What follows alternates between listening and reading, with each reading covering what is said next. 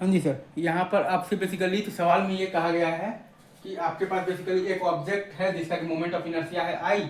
और v बराबर zero, omega बराबर जीरो, तो रेस्ट से इस ऑब्जेक्ट को रिलीज किया गया है, ठीक है। और ये लेंथ है l, ये एंगल है थीटा और ये हाइट है h, राइट सर। और सरफेस आपका दे रखा है कि नॉट सफिशियंट टू रफ है, ठीक है सर।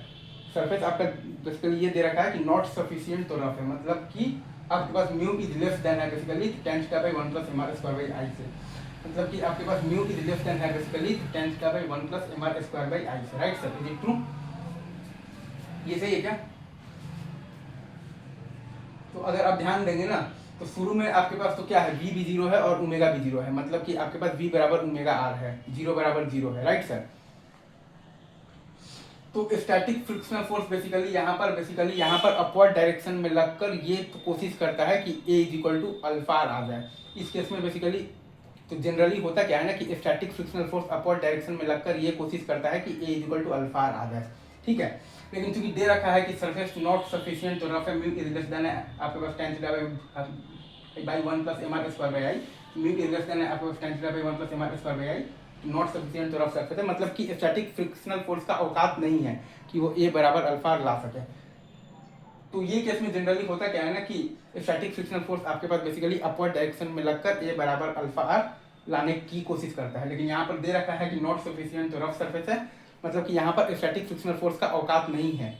कि वो a बराबर अल्फा आर ला पाए। तो इस केस में आपके पास क्या है, a is greater than alpha r है। ये केस में आपके पास क्या है, a is greater than alpha r है। तो चूंकि a is greater than basically आपके पास अल्फा आर है, चूंकि a is greater than alpha r है, तो द मोमेंट जैसे ही आपके पास थोड़ा सा ही टाइम होगा ना तो आपके पास बेसिकली क्या हो जाएगा, तो v is greater than omega r हो जाएगा, मतलब कि फॉरवर्ड स्लिपिंग हो जाएगा, मतलब कि काइनेटिक फ्रिक्शनल फोर्स लगने लगेगा आपके पास बैकवर्ड डायरेक्शन में, मतलब कि अपवर्ड डायरेक्शन में। तो v is greater than omega r हो जाएगा, फॉरवर्ड स्लिपिंग हो जाएगा, तो काइनेटिक फ्रिक्शनल फोर्स आपका लगने लगेगा बैकवर्ड डायरेक्शन में, आपके पास लगने लगेगा अपवर्ड डायरेक्शन में, और वो आपके पास लगेगा F K is equal to mu के एम जी इंटू आपके पास लगेगा cos theta, right sir. Is it true? Is it true sir? तो अब चूंकि स्टैटिक फ्रिक्शनल फोर्स का ही औकात नहीं था a बराबर अल्फा आर को लाने का, जब स्टैटिक फ्रिक्शनल फोर्स ही लग रहा था स्टार्टिंग में तो a is greater than alpha r था,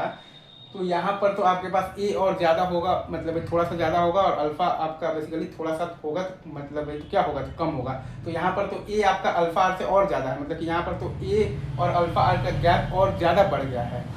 ठीक है सर। मतलब यहाँ पर अगर आप देखिएगा ना तो v का बढ़ने का रेट और ज़्यादा तो बढ़ गया है in comparison to omega r के बढ़ने के रेट से, मतलब कि यहाँ पर तो v माइनस ओमेगा आर का जो गैप है वो तो और ज़्यादा बढ़ेगा, right sir. Is it true? अगर आप ध्यान दें तो यहाँ पर तो v माइनस ओमेगा आर का जो गैप है वो और ज़्यादा बढ़ेगा। तो खैर यहाँ पर आपके पास लास्ट लाइन यही है कि यहाँ पर आपके पास फॉरवर्ड आपके पास स्लिपिंग हो रहा है, मतलब कि v is greater than omega r है, फॉरवर्ड स्लिपिंग है, तो काइनेटिक फ्रिक्शनल फोर्स यहाँ पर बैकवर्ड डायरेक्शन में लग रहा है, मतलब कि अपवर्ड डायरेक्शन में लग रहा है, F K is equal to mu के एम जी इंटू लग रहा है आपके पास कॉस थीटा। अगेन मैं फिर से बोल रहा हूँ, यहाँ पर आपके पास v is greater than omega r है, तो फॉरवर्ड स्लिपिंग है, तो kinetic frictional force backward direction में लग रहा है, मतलब कि अपवर्ड डायरेक्शन में लग रहा है, F K is equal to mu के एम जी इंटू लग रहा है आपके पास कॉस थीटा।